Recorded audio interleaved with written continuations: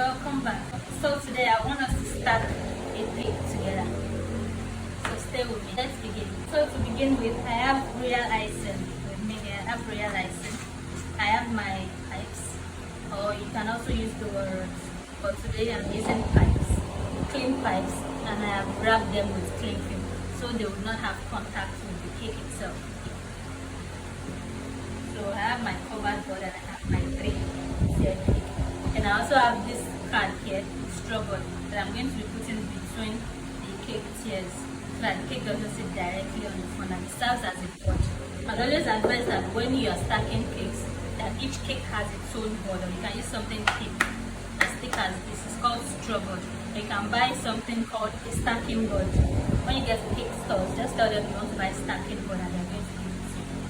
So to begin, I want to lift the base of my cake. I want to leave it onto the final board. This is the board that I will be delivering the cake with. So I want to pick this up and put it here.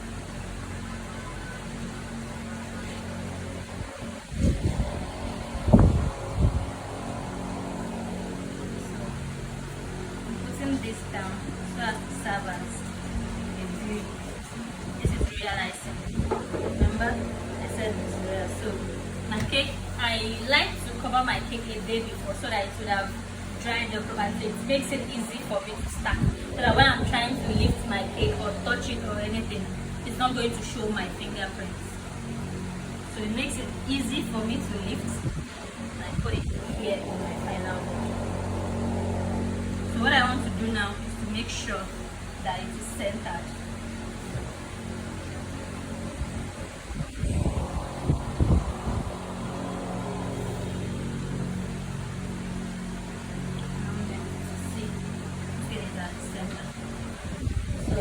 I think this is good and this is okay, and we are good to, like you can see, it's dried, so I'm even able to touch it and go around it and do whatever it is that I want to do. Now that I have my base on top of my final board, and what I said earlier, in case you didn't hear me, I said that I like to cover my cakes a day before so that the fondant will like dried out and it will be easy for me to lift it around or move it around if I want to.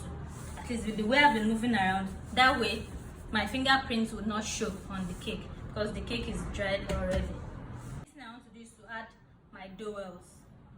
So after putting the base, I want to dowel this. Now what dowel rods or pipes does is to give your cake structure, more like you are putting what's it called, it's more like you are putting a pillar in a house. So stacking your cake to is like you're actually building a house, let me put it that way. So you need pillars, you need structures in place. If you don't dowel your cakes properly, that's where you see that some cakes actually tilt or they bend to the side after stacking. Or when you go to an event and you see the cake like this, so it means that there's something wrong with the doweling, or probably there's something wrong with the trimming of the cake itself. So the next thing I want to do is to do this. Now you notice that I've put holes where my pipes is going to stay. What I did was to insert the pipe, then I measured it according to the height, to the exact height of the cake, and I cut it out. When you arrange your dowels inside here, it serves as what the next cake is going to sit on. It means that your next cake is not going to be sitting directly on your cake. It will be sitting on your structure or your pillars instead. So it is this dowels that's going to carry the weight of the next cake. So it means that even if you are going to be stacking up to 3 or 5 cakes, it means that another cake that is coming on top of this one is going to have its own dowel. Then the other one is going to have another dowel. And until you get it, it's only the cake at the top, that's the last or the top tier, that doesn't need to be doweled because nothing is coming on top of it. So that's that about it. So I'll be taking my dowels now, or dowel rods. Yes, there's something we call dowel rods, but I kind of prefer pipes, and the reason is because it is sturdier for me. I prefer it to dowel rods because it is stronger and it gives more support to a cake than a dowel rod for me. So, and I told you earlier that I had wrapped this in cling film so it doesn't come directly in contact with the cake. So I'm putting them in now. Can you see how it's flush with the cake? So that's what we want to achieve. So I know you'll be wondering why I'm looking at them. Now the reason is I've numbered them according to the holes that I made on this place. Now what I do not do, I don't just poke in the pipe or dowel in one place, then I bring it, I cut it, then I start using that same one to measure out the other 4 places. No, I don't do that. Instead, I stick the pipe in each hole and cut each pipe according to the hole that I have.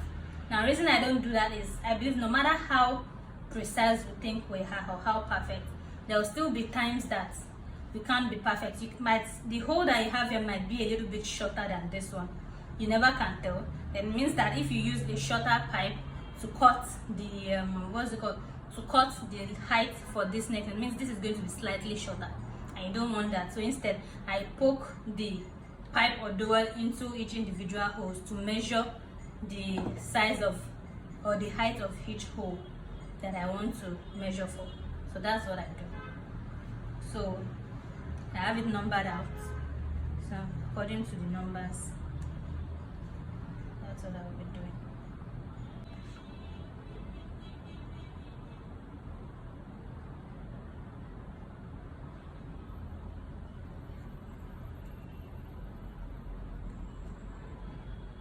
So there you go, all 5 pipes in. You can see how flush it is with the cake. So that is all we want to achieve. Now the next thing is for me to put some royal icing here, so as to stick the next cake onto the part. Now, so to put this, even if you're using a stacking board, the next cake that is coming on top of this one is a size 8. So what I do is I cut my board or stacking board to a size 7, so that it's not going to show when I put it underneath this cake, or when after I've finished stacking my cake. So that is what I do. So I'll be putting this on top of this piece. So you'll be wondering how I knew where exactly it's going to sit. I had actually measured it out. I actually used it to mark this place before I cut it out, so that I can know where it's going to sit. So the next thing I want to do is to lift my second cake and I gently put it on here. Can you see? So you want to go around and check if it's sitting in the right position.